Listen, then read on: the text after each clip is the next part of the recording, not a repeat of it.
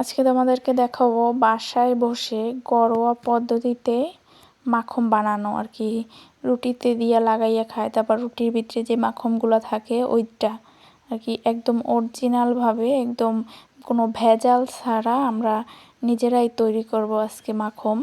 তো তার জন্য আমাদের লাগবে পরিমাণ মতো দুধ আর কি। তুমি যতটুক বানাবা অতটুক আর কি দুধ। তো এই জায়গায় আমি এখানে এই যে দেখো দুধগুলো জাল করে নিচ্ছি। দুধগুলো কিন্তু প্রায় জাল করা শেষ, ফুটে এসেছে।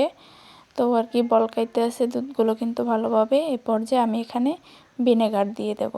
এই যে দেখো ভিনেগার একটু একটু করে দিয়ে দিচ্ছি আর লাড়া দিয়ে দিচ্ছি। ভিনেগার দিবা আর নাড়াচাড়া দিবা। যেহেতু আমাদের নিজস্ব গরু আছে তাই আমরা ওই জায়গা দিয়ে আর কি দুধ নিয়েছি। তোমরা চাইলে দুধ কিনে নিতে পারো, বা তোমাদের নিজস্ব যদি গরু থাকে তাহলে তোমরা আর কি সেখান থেকে দুধ নিয়ে বানাতে পারো।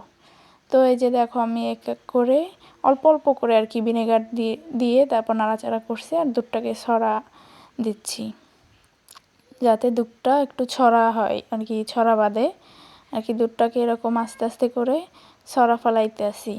এরপর এই যে দেখতেই পাচ্ছ দুধটা কিন্তু ছড়া দিয়ে গেছে আর ছড়াগুলো আর কি ছানাগুলো ভেসে উঠছে, ছানা বানিয়ে ফেললাম। তো আর পানিটা আর কি নিচে থেকে গেছে আর এই যে ছড়া দিয়ে গেছে। তোমরা ভিনেগার একেবারে দেবা না এক চোটে আর কি, অল্প অল্প দিবা আর অল্প অল্প নাড়াচাড়া করবা, অল্প অল্প দিবা অল্প অল্প নাড়াচাড়া করবা, তাইলে ছড়াটা ভালো হবে এবং সুন্দর হবে। এরপর এই জায়গা দুধটাকে আর কি ছড়াটাকে ছেঁকে নিলাম একটা ওন্নার সাহায্যে আর কি পাতলা একদম ওন্নাগুলো আছে না, ওইটার সাহায্যে আমরা এখানে আর কি ছেঁকে নিচ্ছি।